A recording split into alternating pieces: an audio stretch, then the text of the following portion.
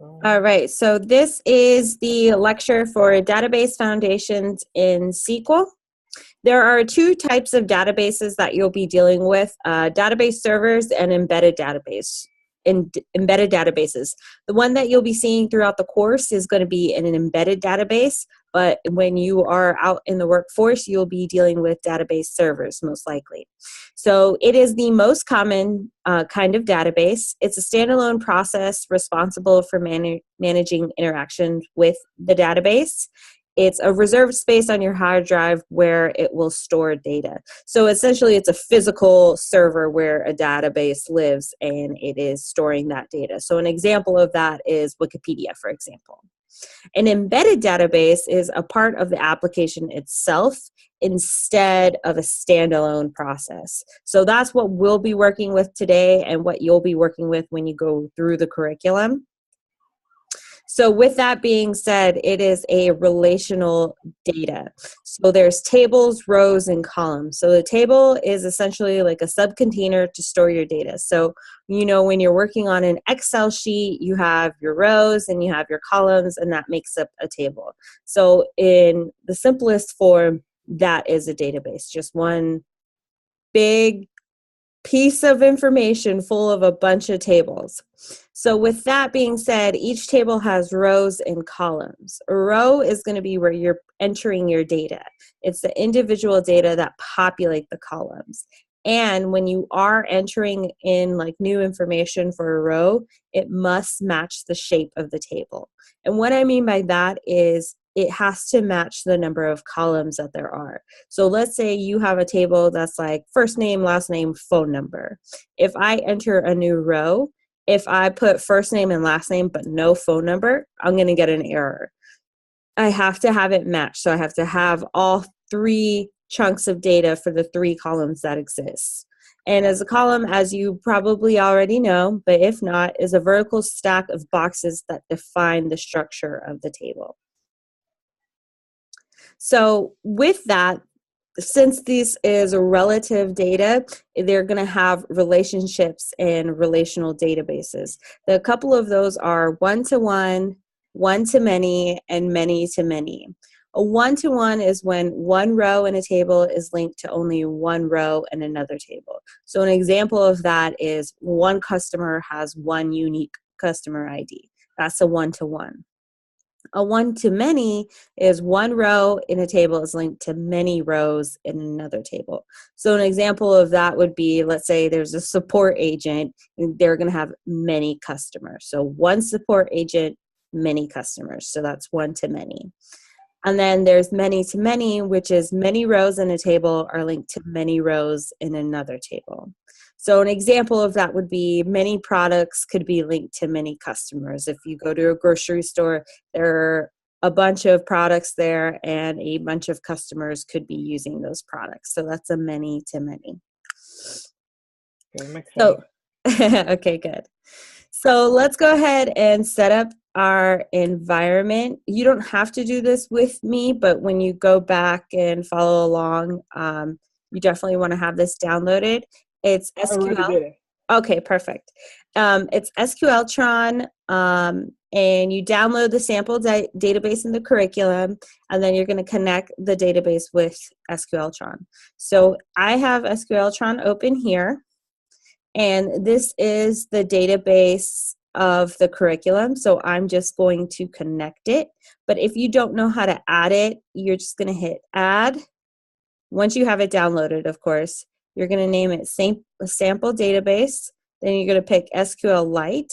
And then right here, you're going to put the pathway of the database. So if it's living on your desktop, you want to put the desktop pathway to the actual file. Then you'll click test, make sure it works, and then you'll save it. I've already done that, so I'm just going to connect here. And now I have my database connected here. So that's good, it's ready to go, and then we'll come back to it and do some queries in here. But we just want to make sure that the environment is set up. All right. So with that, there are common SQL commands and keywords that you'll be using over and over and over again as you're querying through your database. Some of those are select, limit, where, and, or, not, like, in, and order by. Now, don't be worried about memorizing them. They'll just come as second nature as you go through it. And I'm going to give you an example of each. So let's go ahead and, oops, let's go ahead and see them in action here. So we're going to go back here to SQLtron, and we are connected to, oh, you know what? I moved the database, so it's not populating.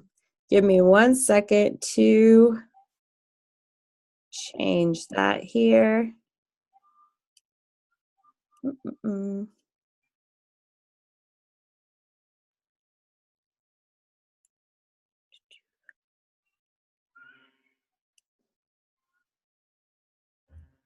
Come on.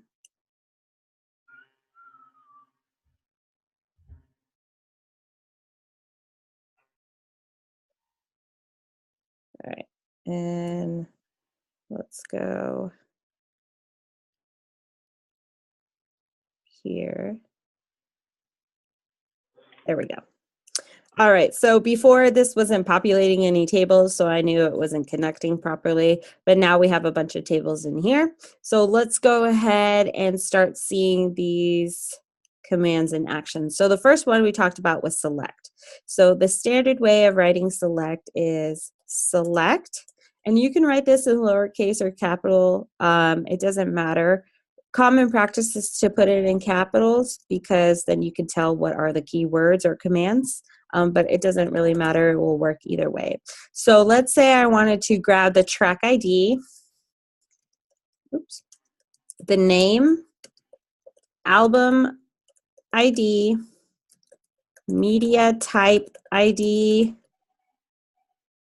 genre ID, composer, and milliseconds, as well as bytes and unit price. There's a point that I'm writing all this out from tracks. So I'm going to grab all of these columns from the tracks table.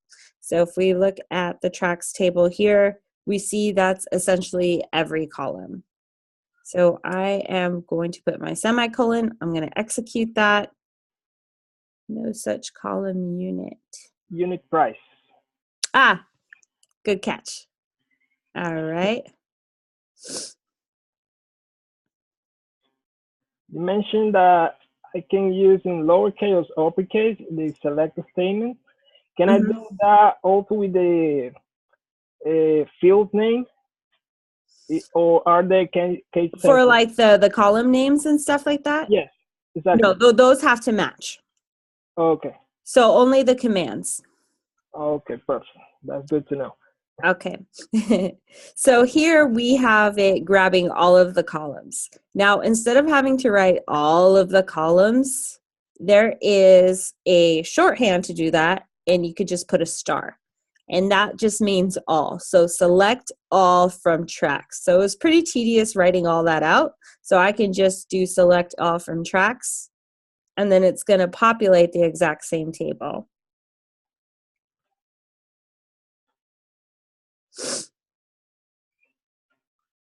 Once it's done.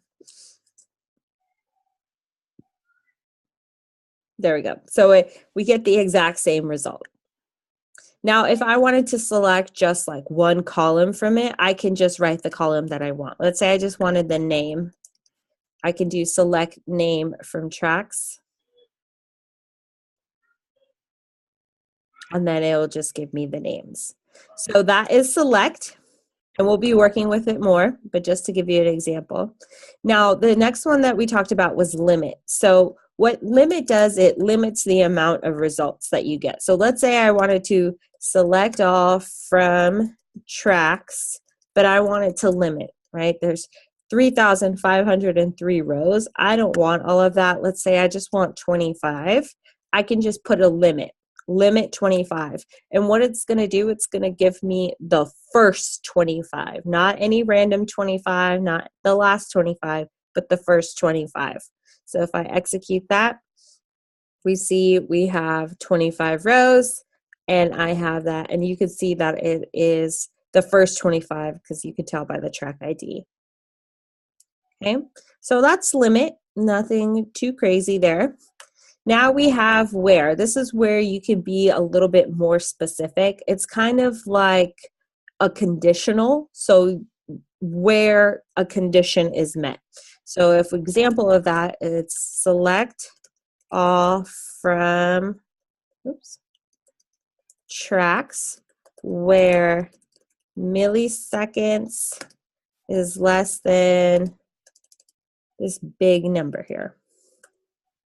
It's 240,000, and we execute. So this is the condition that we're checking. If we execute that,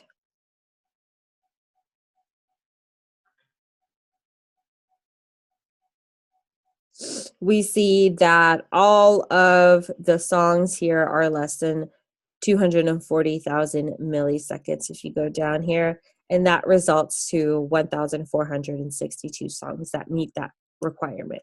Now let's say we wanted to check something else. I wanted to check where the name of the song is equal to perfect. And there, executed, there's only 2 songs named perfect. Now if I put a lowercase p, we're not going to get a result here because it's capitalized. So it does have to be precise. Okay. There are some functions that I'll talk about later that you can manipulate so that you can check, you know, just in case it's in lowercase or capitalized. But it does check for it to be exact. All right, so then we checked name. Let's say I wanted to check something else. Let's do unit price. I want unit price to be greater than 99 cents. I execute that. I have all the songs here that are above 99 cents. And that's 213 of them. So that's when you're going to use where, is when you're going to put in a condition. Okay. And is another keyword that we talked about, and that's where you're combining things. So you're doing a condition, just kind of like how you do if statements, and then inside of that you check multiple conditions. Same thing goes here. You're just using the word and. So let's say I do select name, composer, unit price from tracks where composer equals AC/DC and milliseconds is less than 300,000. And let's just do one more, and unit price less than 1. All right, so here in this query, we're grabbing the name, composer, and unit price from the tracks table where composer is AC/DC and the song is less than 300,000 milliseconds and the unit price is less than $1. So it has to meet all 3 of these conditions. If we execute that, we only get 3 of them. Okay? Okay. Can you do that with the or keyword? Yep, so that's the next one I'm going to talk about. So let's say we wanted to use an or. So let's keep this as is, except now we're going to do an or. So I'm going to say composer AC/DC or milliseconds less than 300,000 or unit price less than 1. So it only has to meet one of these conditions, right? So if we execute that,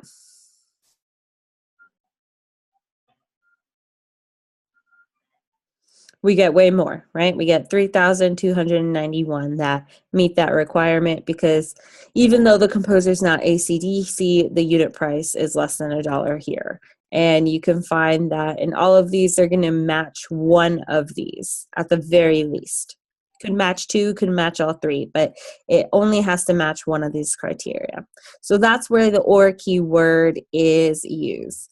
Now, just like conditionals, you can check for something to not equal something. So not is going to be a keyword as well, or you can do it shorthand. So you could do where composer, say I got rid of this, is not equal to AC/DC, and then you would just put an exclamation mark before the equal sign, and that says not equal to AC/DC. So I'm going to grab name, composer, and unit price from the tracks table where the composer is not AC/DC. So I should get everyone who isn't AC/DC in here.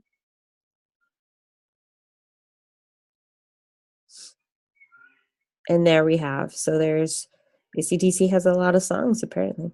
So 2,517 results show not AC/DC. And if we look through the composers here, we will not find AC/DC on that list. Okay, so that's the not keyword. Another one that I talked about here was like. So like is a keyword where you're looking for something that's like something. It doesn't have to match exactly, but you know there's a, you know how when you're like, oh, I know it starts with the letter A, that's where like comes into play. So an example of that, we're going to just change our query up here a little bit to make it a little bit more simple. I'm going to select name from the tracks table where name like, and then in order to use like, you're going to use quotes, single quotes, and then you're going to use parentheses. So if I put, and where you put the parentheses matters, and I'm going to show you a few examples of why. So let's say I put the, and then the parentheses, and then I execute that. This is saying I want to find the name where the name is starts with THE, the, okay? So right here, all of these are going to start with the. And it doesn't have to be the word the. If it was, like, for example, we have they here. The first three letters were THE. Now, if you notice here, it doesn't matter the capitalization. Like, remember when perfect matter? This one doesn't. When you use like, it doesn't matter the capitalization. It's just looking for these letters. Okay, so that's going to result that. Now, if I wanted to look for something that ended in THE, I would put the parentheses before it. Okay, so not the parentheses, the percentage sign. The percentage sign is kind of like a placeholder for all the other letters that are possible, and then I want it to end in THE. So I'm going to execute, and we see we only have two here that end in THE.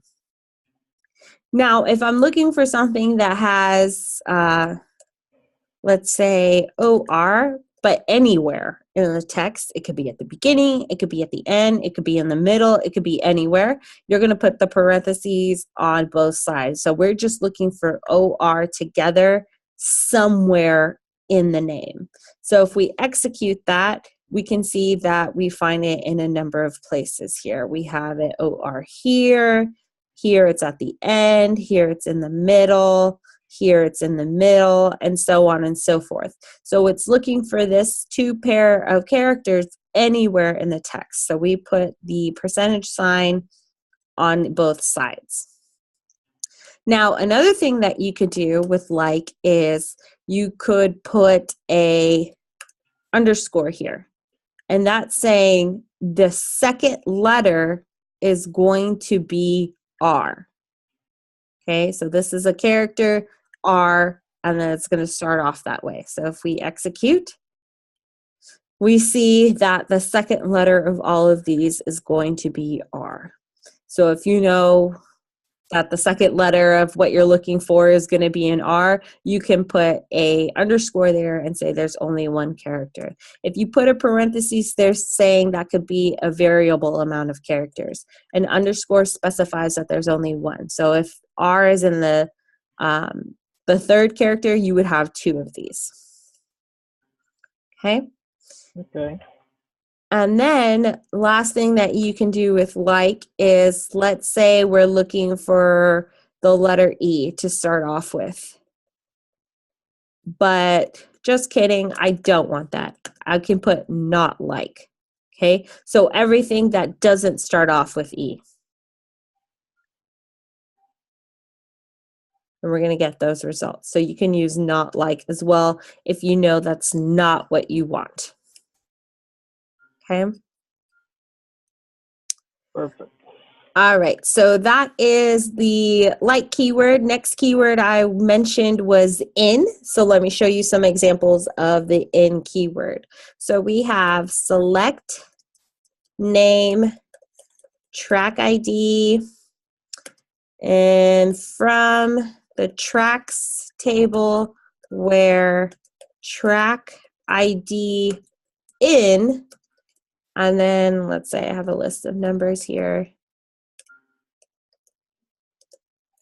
So here what I'm saying is I want to grab the name and track ID from the tracks table where track ID is 3, 5, 6, 9, or 21. So anywhere in this range, I'm going to grab that.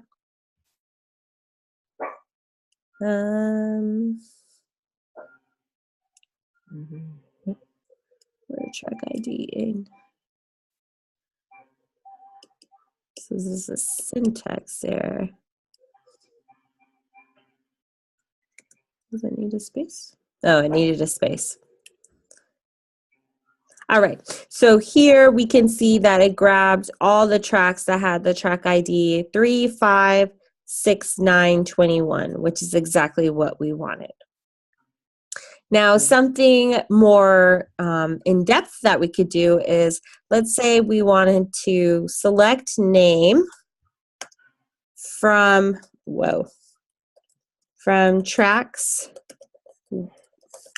where I cannot type right now. Album ID in, and then I'm going to make it a little complicated. I'm going to put a query inside of the parentheses of the in. So I'm going to do select album ID from albums where title like, I'm combining everything now, out. Yeah, let's do that. Oops. Okay, so let's take a look at this before we run the query. So I'm selecting name from tracks album where album ID in, and then we have a query inside of here. So what this query is going to bring is I'm going to select album ID from albums where title like. Remember, this is where OUT is anywhere in the name. So here, well, in the title. So here it's going to make a query and pull all those titles that have out somewhere in it. And that's going to have an album ID attached to it. So it's going to, in turn, grab all the album IDs. And then here, it's going to grab the name from the tracks table where the album IDs match whatever this query brought. So if we execute that, we have that. But just to show you here, let's say I just want to run that query by itself. So here it's saying when we did the in, it's as if we were to write in parentheses 1, 11, 68, 130, 187, 329. But maybe we didn't know that. Maybe we didn't have those album IDs handy to just write them out. And we had to get a query in order to get that information. So there you can kind of embed queries inside of another query. That's what they call subquery. Yes. Okay. All right, so then that is the keyword in. So let's look at the last one here, order by. So order by is simply just like ordering your results by a certain way. So let's say I do select name from tracks and I want to order by name. Automatically, it's going to put it in ascending order. So that's from least to greatest. But let's say I wanted from greatest to least, then I could just write descending. Well, not all the way spelled out, just DESC. From Z to A.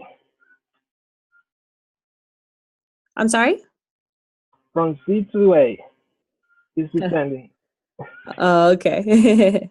And if you see here, the like different languages, like this is Spanish, obviously. These are going to be, you speak Spanish? Oh yeah, me too. Good.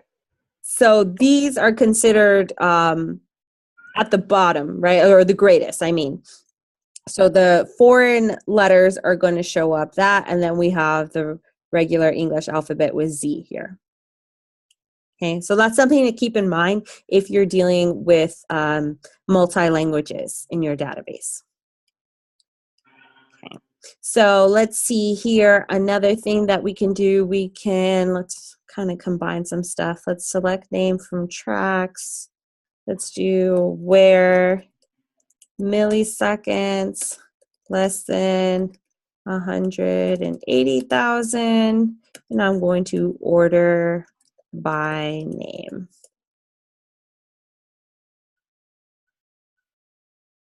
Okay, and there we have that result. So on your free time, when you're going through the curriculum, just play around with all the different queries, see what you get, the results that you get, so you can get comfortable with that.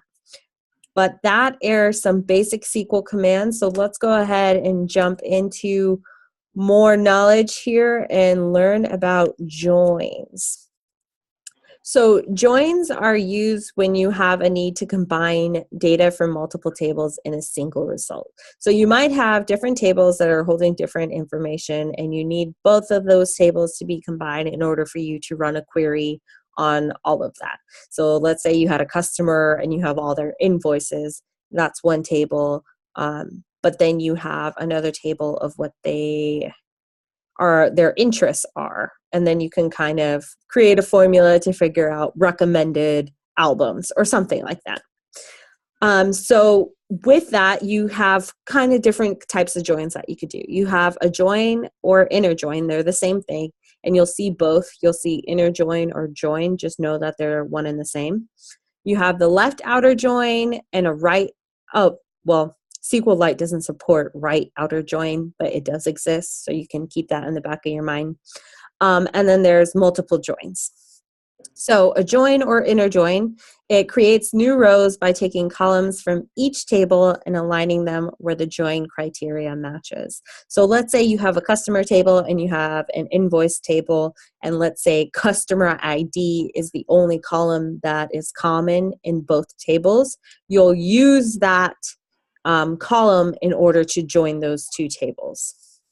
A left outer join will return all records from the left table and all match records from the right table. So literally what it's doing, it's taking the table over here and the table over here, and it's just mashing them together into one big table. And then there are multiple joins, which I will show you an example. It's kind of hard to describe. It's better to see. So I'll show you an example of a multiple join. So let's go ahead and join some things. So here in our database, we see that we have quite a few tables here. So there's a lot for us to work with. So let's go ahead and join some tables.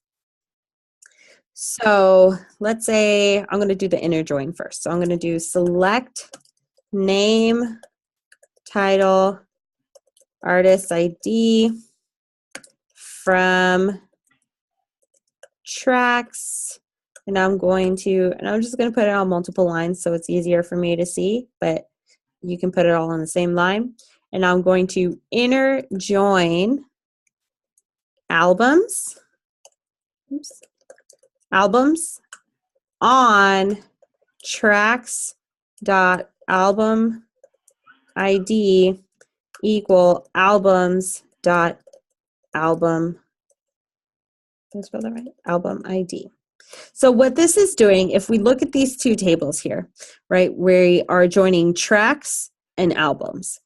So if we look at albums here, we have album ID, title, artist ID. If we look at tracks, we have quite a few other ones here, But if we look for the common denominator on both of these tables, we find that both of them have album ID. So what we're doing on this on keyword is we're saying tracks.album ID is going to equal albums.album ID. And basically what we're saying is that these two columns hold the exact same information, and that's how we're going to join the two tables. So if I execute that,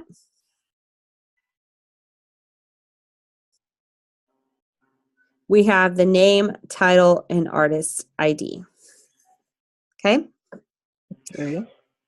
All right, so let's say we wanted to do that, but we had a condition, right? I want that, but I only want artist ID 1, right? We have all these different artist IDs, but I only care about the artist ID 1. So I'm going to use a where artist ID equals 1.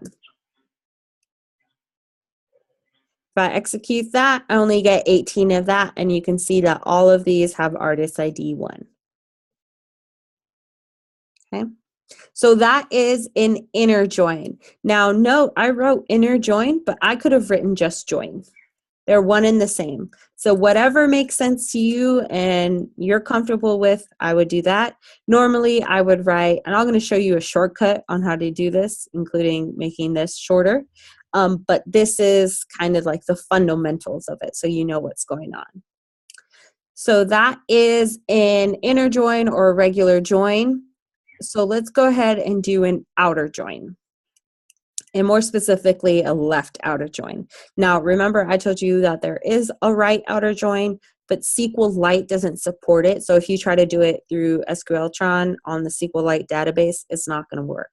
But once you get out into the workforce, you might have to do it. So just know that that exists. Okay. All right, so now I'm going to do an outer join. So I'm just going to select all from artists, and I'm going to do left outer join, and I'm going to join albums. So I'm going to join albums and artists. Yes, on artists dot artist ID equal albums dot artist ID.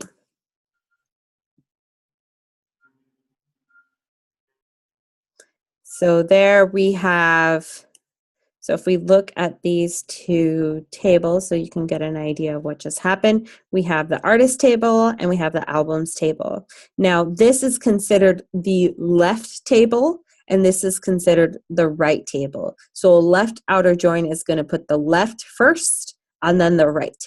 So if we looked at the left table, we have artist and artist ID and name, which is right here. And then we have album and title. I mean, album ID and title. And note, we didn't get artist ID again. If we didn't use this right here, we would get artist ID again in another column. But we know that they are the same, so we joined it here, and then we only have it appear once. Okay. And because then you don't want like duplicate columns that have the exact same information, and then when you're working on giant databases, it's going to be a performance issue, and then it's going to be a long mess to fix. All right, so that is the left outer join, and now I'm going to show you a multiple join, which I didn't really talk about. I wanted to show you instead. So let's select artists. So that's the artist table, dot name as artist name. So what I'm doing right here is I'm creating an alias here. So I'm grabbing the name for the artist table, but the new column that I'm creating is just going to be called artist name. Okay. And then I'm going to grab title, and then I'm going to do tracks.name as track. Okay, so I'm creating another alias here. So I'm grabbing three things: artist name, title, and tracks. And then I'm going to grab it from the artist table, and I'm going to join albums. And normally we did on albums.artist ID equals tracks.artist ID. But instead of writing all that out, we can use the using keyword. So we're just saying I'm using, and then you put parentheses, artist ID. So we're saying, hey, using artist ID, this is the common column between the two tables. So instead of writing out that whole equation, we can just use the using keyword. And then that keyword only if that column name it says in both tables. Right. So you know where we were doing on albums.artist ID equals artist.artist ID? Yes. So instead of writing all that out, we're just saying using artist ID. Okay. Okay, so I'm going to join another table on top of that. So this table, artists and albums, consider that one happy table now. And on top of that, I'm going to join another table. So I'm going to join tracks using album ID. Okay, so let me just show you before I run the query here. If we're looking at the tables here, right, the first table I'm looking at is artists, right? I'm grabbing artist name, and I'm going to grab the title, and I'm going to grab the tracks.name, right? But here, we need to join all these tables in order to grab all this information. So the first step is artist name, right? So I'm going to grab the artist name by combining this artist table with the albums table. And I'm going to use the artist ID in order to join those tables. And the reason I chose the album table is because I'm going to need the title of the album. Okay, so that's why I joined those two tables. But now I have artist name and I have the title with combining those two tables, but now I need the track's name, which I don't have in either of these tables. So that's why I'm joining a third table, tracks, down here. And we can see that I can join the tracks here with album ID since we joined this albums table. So it's kind of like a domino effect of joining and columns being in common. So if I execute that here,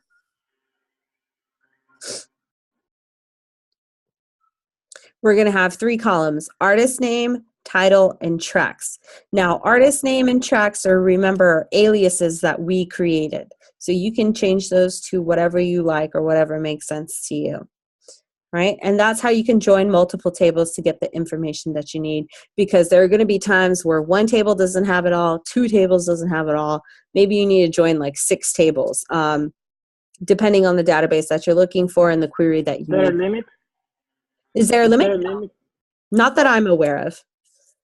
Okay. I haven't reached a limit yet, so you shouldn't run into any issues. I don't think that there is a limit.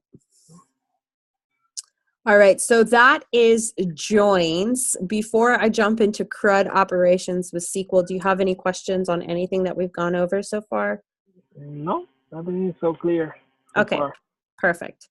All right, so we'll go ahead and move on here to CRUD operations. So you'll hear CRUD over and over and over again, no matter what language you're dealing with. It's essentially how you're manipulating your data. There are 4 primary actions when you're manipulating data. It's create, read, update, delete. And there might be different variations of this, but create, read, update, delete. Each language has its own keyword that relates to that. So it's not always, those aren't going to always be the keywords depending on the language that you're working on. But for SQL, the create is going to be your insert keyword, which I'll show you. We have read, which is going to be select, which we've been working with already, right? We have update, which is going to be update, and delete, which is going to be delete. So those are easy to remember. But these are going to be your 4 primary actions when you're doing anything with data. Either you're creating it, you're reading it, you're updating it, or you're deleting it. All in a nutshell, essentially, no matter what you're doing. So let's go ahead and see what CRUD operations look like in SQL. So if I discard this here, I am going to do the create first, right? So I'm going to do an insert. So this is when I was talking about when you insert a row and it has to match the columns. So we're going to insert into customers. Okay, so I'm going to insert new information into the customers table. So let's close these here and let's look at what our customers table look like, right? There's quite a bit of information here, right? So I'm going to insert into customers and I'm going to insert values. And then I'm going to have my parentheses. What I'm going to put in here is going to match everything here. So I'm going to have a customer ID, first name, last name, company, address, city, state, all of this good stuff. I have it already pre-written, so I'm just going to copy and paste into here. So if we look here, we have that information, and I am going to put a semicolon, and then I'm going to execute, and we see that we get an error. All right, so let's take a look and see why we got that error. So first thing, customer ID. I don't have a customer ID. I didn't put a customer ID in there. Okay, so I am going to, let's see, I'm going to put a customer ID in there, but first I'm going to see how many customers there are. Will you get that error even if you have a auto increment ID? No, you will not. You will not get that error if you put the auto increment ID, which is what I'm going to show a little bit later. Smart. I like it. All right, so if I look here, I show that I have 59 and 61, so I'm going to make him the 60th customer here. So if I do that, I'm just going to put a 60, and then I'm going to execute here. So now I have successfully added this customer into here because it have matched the table length. Now let's say you don't have all the information, right? Let's say you're like, oh man, I only have their first name, last name, phone number, and email. I don't have all that other stuff. That's fine, but you need to specify what columns you have. So I'm going to insert into customers, and then in parentheses, I'm going to say what columns I do have. So I have the first name column. Oops. I have the last name column. I have the phone, and I have the email. Okay, so these are the only columns I have. So I'm going to insert the values into those. And let's say I'll just put myself here.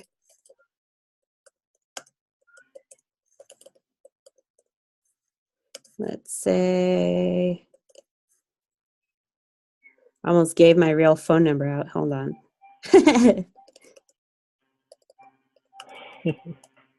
Okay.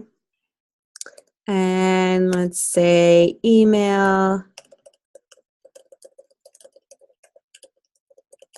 Super long email here. This is what happens when you're Latino, that you get the longest email. All right, so Mine's short. Oh, okay. Well, my parents gave me the longest name, Cassandra Michelle Matos Mendez. All right. Me at theonimercado.com. Oh, nice. Simple. All right, so then I only know these columns, so I'm only putting that information, and I'm not going to get an error this time.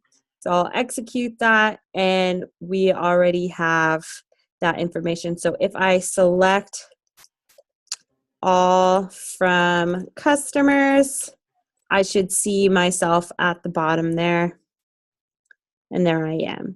And notice it put a customer ID for me, and then it left these nulls because we didn't have that information.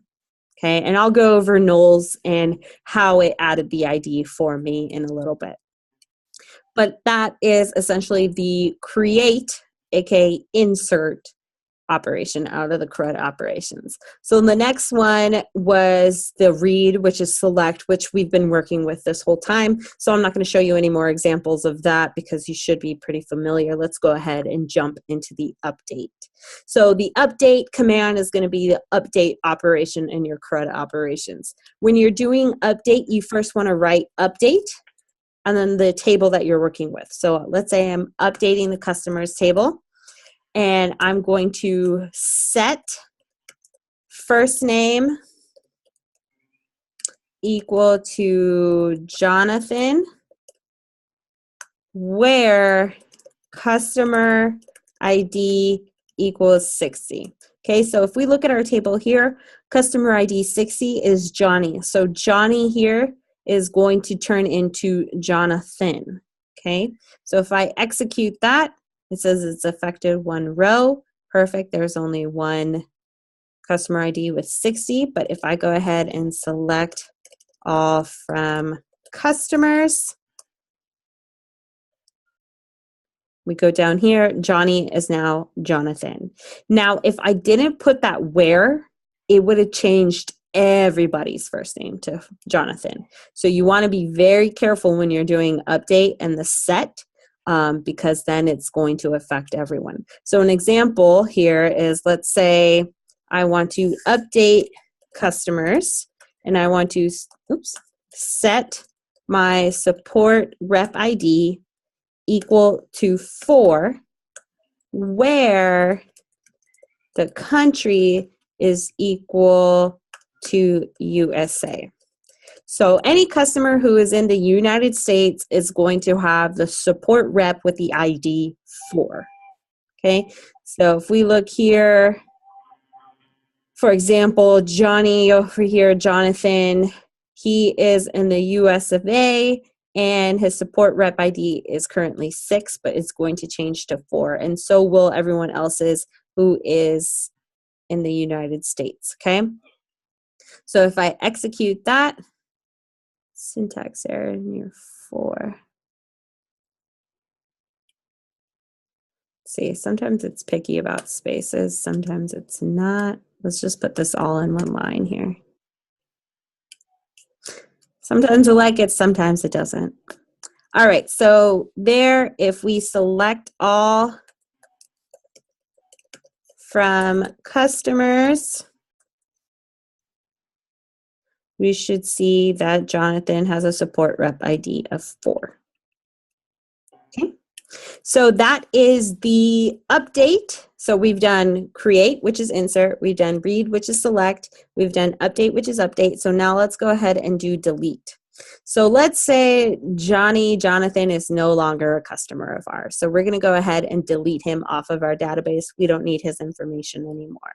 So I'm going to delete from customers. That's the table I'm working with, where customer ID equals 60. Okay, so I'm going to delete from customers where customer ID is equal 60. That's going to get rid of this entire row. Okay, so Jonathan will no longer be a customer of ours. We're sad to lose him. Now we execute that, and if I select all from customers,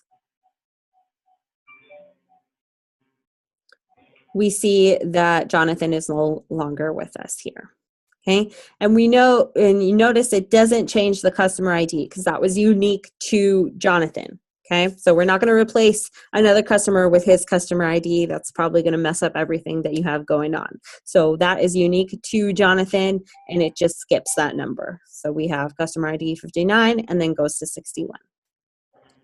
Any questions on create, read, update, delete? No, everything's clear. Awesome. All right, so let's keep going then here.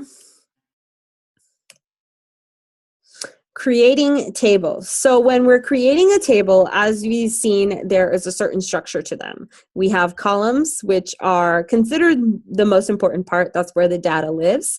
And then we have the rows, which is what we're using to input the data. We also have nullability. So as we've seen in the few tables that we've been working with, you'll see some columns that have null. So null essentially means that a value that has been undefined. It's not a defined value. It doesn't mean that it's necessarily empty. It's a little bit tricky, but essentially null is a value that is undefined. So when you are creating a table, there are data types that you'll be working with. So when you're working in other languages, normally you have like strings, booleans, integers, stuff like that. So SQL's a little bit different. You'd still have booleans and integers and stuff like that, but there are other things that you'll have. So you'll see char and then parentheses with a number in it. And basically what that is a fixed size sequence of non-Unicode characters. And essentially, so if I put char 10, it is a fixed size of 10 characters. If I put var char 10, that's a variable size sequence of non-Unicode characters up to a specified size. So it can go up to 10, but it can be 2, it could be 1, it could be 4, it could be 6. Char is fixed, varchar is variable.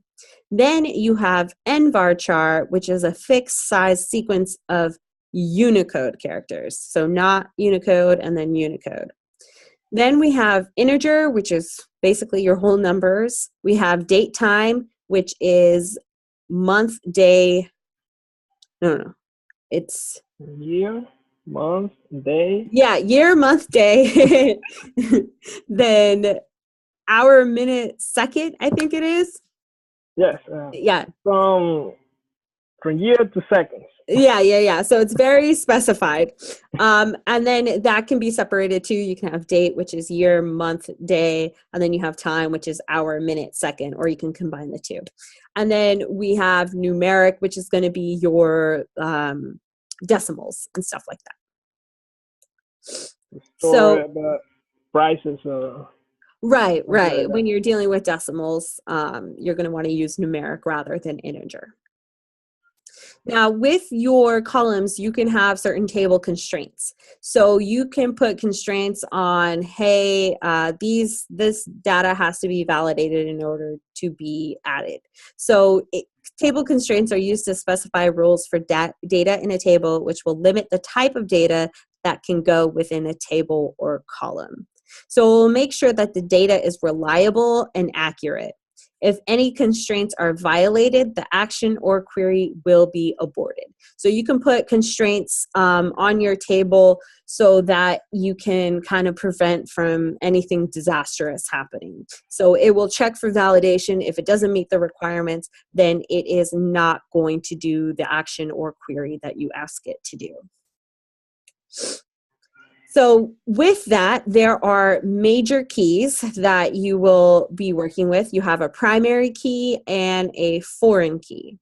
A primary key is a combination of not null and unique.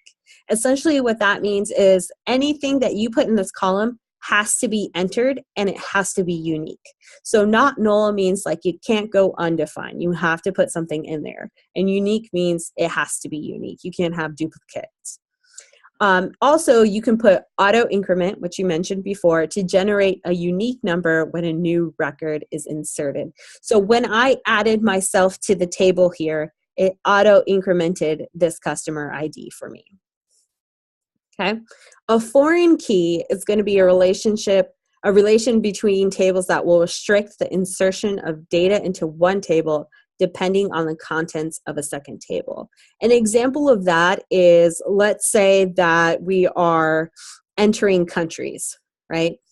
And let's say that I put something crazy. Let's say, I don't know, Jupiter, okay? So what that's gonna do is that column is going to check with another table that's going to have all the possible countries that I could put in there.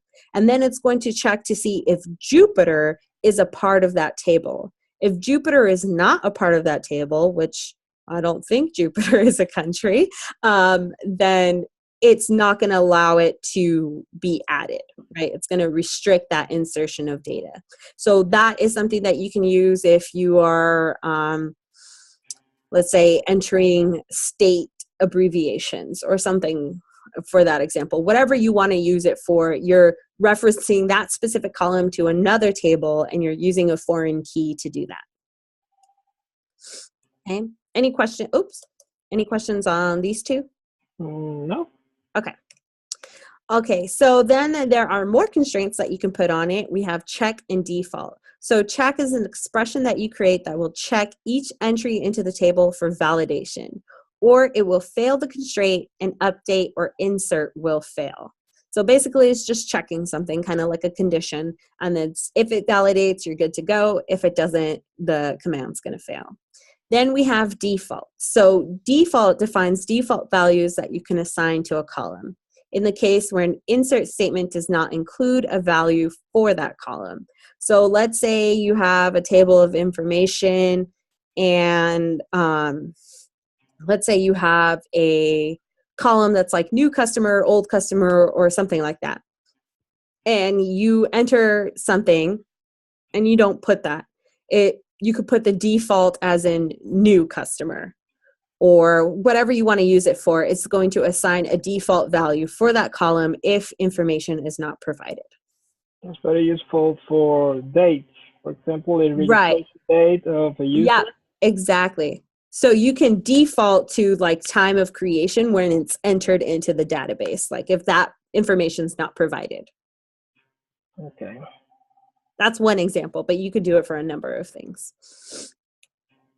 Like let's say that you have a list of students and then you have like a default instructor or a default mentor or default course or something like that.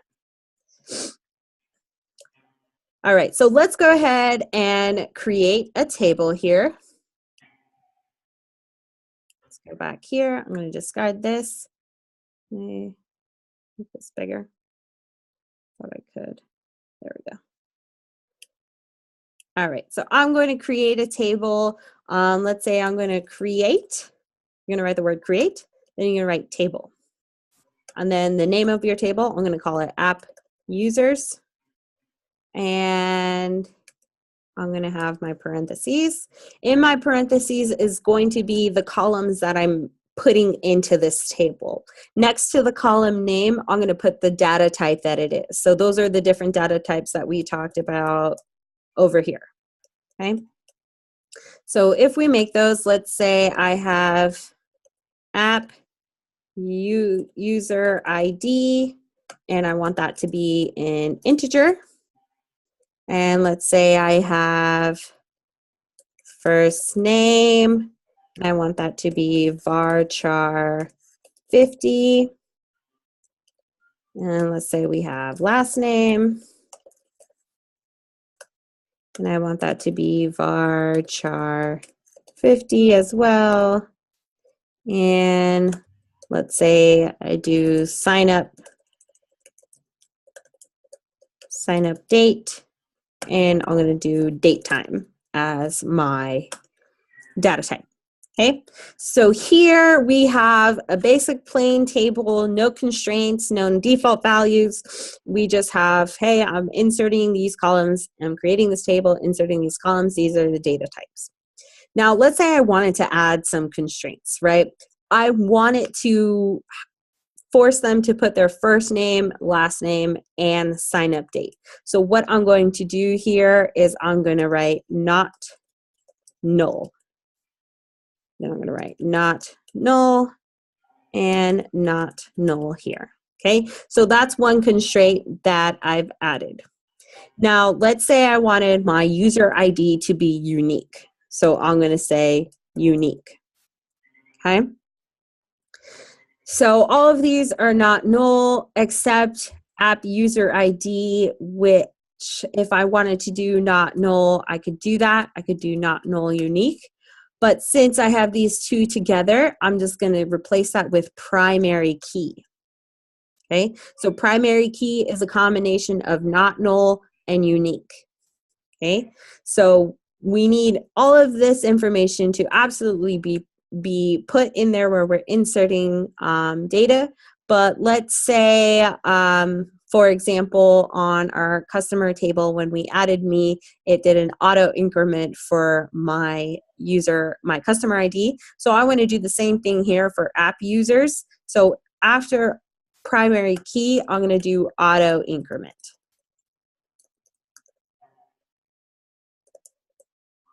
Did I spell that right? I think so.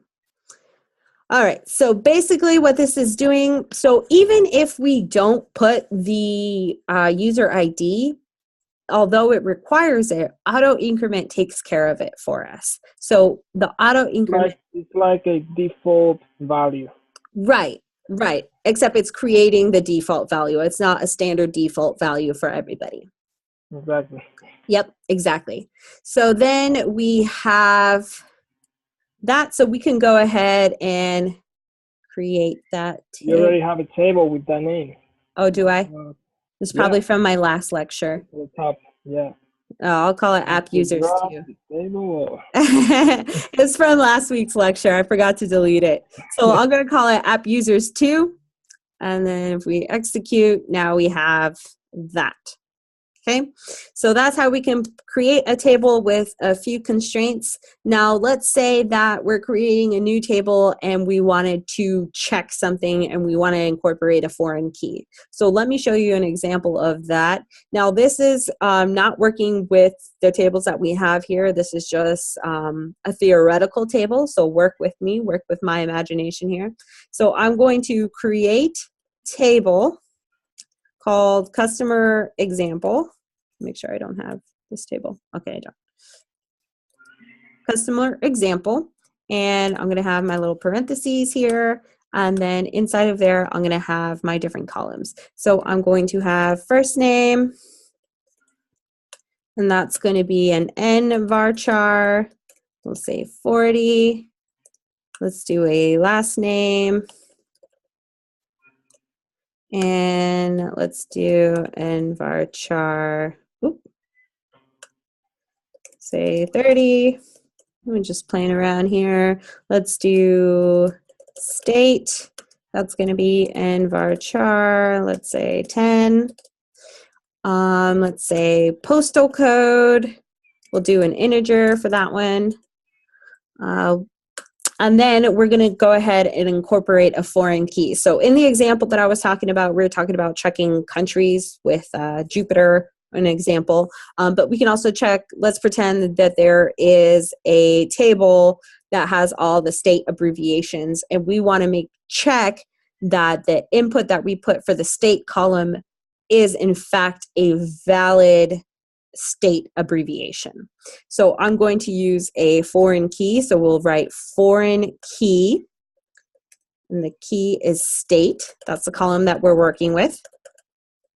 And we are referencing, so you put references, states, that's the table, the imaginary table that exists called states. And we are referencing the abbreviation column. Okay, so this line makes sense right now? Yes. Okay, perfect. Abbreviation, and I'm going to check also that the length, I'm going to use a method here, a SQL method, and I'll show you a couple of those. I'm going to check the length of postal code, and I'm going to make sure that it's equal to 5. Okay? And then I put my semicolon here. And then I'm not going to run this because there is no states table that exists here. This is just an example that we're working with here. But essentially, we're going to create a table called customer example. It's going to have first name, last name, state, and postal code. The state is going to be checking a foreign key. So our foreign key is state. We're referencing the states table in the abbreviation column. If what is entered for state is in fact inside of that abbreviation column, we're good to go. If it's not, this will not execute. Then we're also going to check the length of postal code. So if I put 8501, that's going to be 4. The length is 4. But a postal code has 5 numbers. So we're checking to make sure that the length is equal to 5 for the postal code. If it is, then we're good to go. And then we have that table. Okay. So let's say that that's all good, but now I want to have a default value and I want to add another column. So we were talking about sign up date. So let's say I wanted to add a column called sign up date. Okay. and it is type date. And I'm going to default, if nothing's entered there, and so I'm going to use another SQL method, date time, and then I will put now. So these are recognized words in SQL. Now, and then local time. Yeah.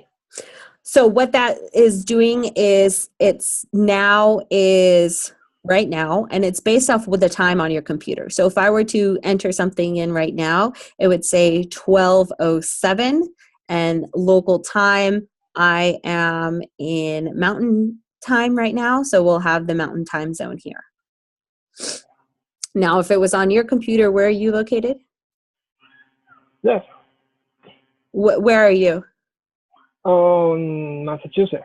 Okay, so then 2 it would o'clock. have Eastern time, and then it's, what is it? Is it 3 o'clock over there already? Yeah, 2 o'clock. So if we were to do this exact same thing at the exact same time, it would show 3 o'clock for you and 12 o'clock for me with our local time. Okay, that's the local time of the user, not of the server. Well, where the server is. So if the server is located in Massachusetts, it's going to be over here, the 3 o'clock. But let's say you're working on a database that the server is over here in Arizona, then it's going to show up as 12 o'clock. Okay. All right, so that is default. Okay, any questions on anything that I've covered? Foreign keys, primary keys, check, default. Nope. Good. All right, so let's keep going here. So another thing I want to talk to you about is views. So let's say that you are working with some queries and you find yourself typing out the same query over and over and over again. Instead of typing it out, if it's a reusable query, like if the result of that query is something that you need to be constantly working in, you can create a view called whatever you want it to call. So if we were dealing with this database here, okay, I can create a view for it called track details. Okay, let's say I'm creating a view called track details and I'm grabbing artist name, title, tracks name. It's the multiple join that we were working with earlier, right? Let's say I'm dealing with that table over and over and over and over again. So why don't I just create a view for it and then I can just refer to track details as if it were a table. So let me show you how that works. So let's go ahead and discard this. So I'm going to create view. So if we're creating a table, it would be create table, but we're creating a view. And I'm going to call it track details. Do I have this already? Okay, track details as. So this is the format here. Create view, the name of the view, and then as. And then you're going to put the query that you want after that. So I'll do select. Let's do the same one that we were doing, artist.name as artist name. We did title, did tracks.name as tracks from, oops, let's capitalize. Actually, let's call it track. From the artists table, I'm going to, from artists, and I'm going to join albums using, I think it was artist ID. Artist ID, and then I'm going to join tracks using album ID, and then I'm going to order by artist name. Okay, so I am creating a view, track details, and then I put the word as, and then we underneath that we put the whole query that we want. So if I execute that, I've already done this. Track details already exist, so that's good. We have track details. So now if I wanted to select, well, I can show you it working like this, all from track details. And if you notice here, when I was typing that, it says what it is right here. Keyword, column, table, view. So it's telling me it's a view. I can select all from track details.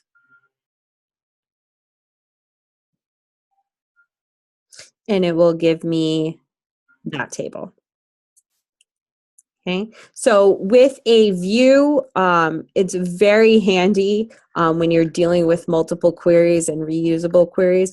But when you are working in a large database, something to be mindful of is that it is still a query. So it's still running that query every time you type in track details, but it's just a shortcut for you. So you don't have to write it.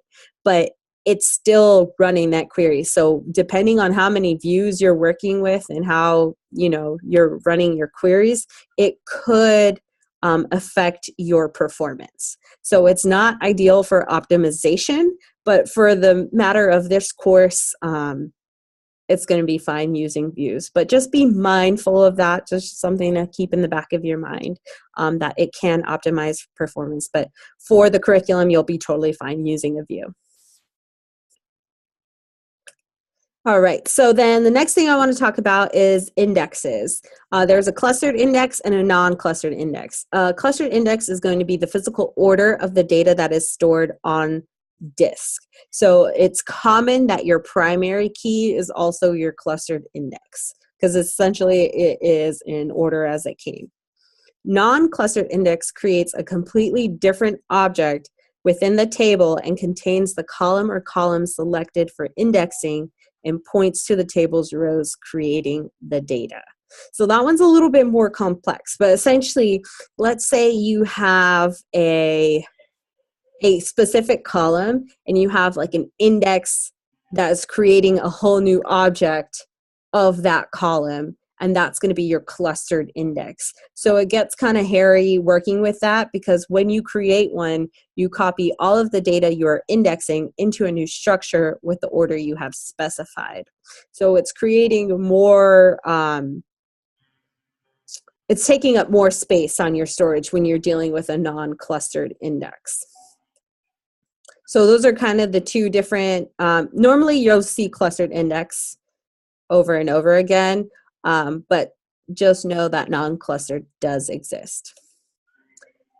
With that being said, I think the last thing I want to talk about here are common SQL functions that you'll run into. So you saw me use length, you saw me use date time. Some other ones that you will find are min, max, sum, average, count. There's like pi. There's lower, making all the string lowercase, uppercase. There's a number of methods that exist out there that are very common to other methods that exist in other languages. But just so you can see an example of these in action, oops. Let's go ahead and show that. So let's say I do select min. I want to total from invoices. So I am selecting the minimum total from the invoices table. Okay. So the minimum spent on an invoice is 99 cents. That was the minimum total. Now let's say I do max. The max spent was $25.86. Now let's say I wanted to do a sum. So I'm adding all the totals from all the invoices. We get $2,328 in this big number. Let's say I wanted to get the average of them. So it's going to add them all up and then divide by the total number of invoices. The average total is $5.65. And let's say I wanted to count total from invoices where total is less than $4. So I want to know how many invoices there were where the total was less than $4. Let's say I'm collecting this for sale purposes and I need to know how much our average customer is spending. So there's 233 invoices where the total was less than $4. Let's say I'm head of sales, and I'm like, hey, I'm not liking that number. That should be way lower. I need this to be higher or something. Whatever the reason might be, there are different methods that you can use in SQL to get that information. Are there any questions on that? No. No? Okay, cool. So that is all I have for you today. If you do have any questions, feel free to ask me. If you don't have one right now and maybe one comes up later, feel free to Slack me. You can find me at cassandra.matos, or you can email me at my super long email, but it is a lot more efficient to just send me a Slack message. And also, please do not forget to schedule your code reviews. If for whatever reason that doesn't work out, just let me know. We can figure out a solution. And also, I do have office hours in this exact same link that you click to get to lecture on Mondays and Wednesdays from 1 to 2 Arizona time. So I think that's 3 to 4 Eastern time. Yeah, 2 hours of difference. Yeah. Oh, is it 12? Yeah, hold on. Let me check my schedule, make sure that I'm saying the right information here. Yeah, it's 1 to 2, so then it's 4 to 5. If it's 3-hour difference, yeah. Okay. All right.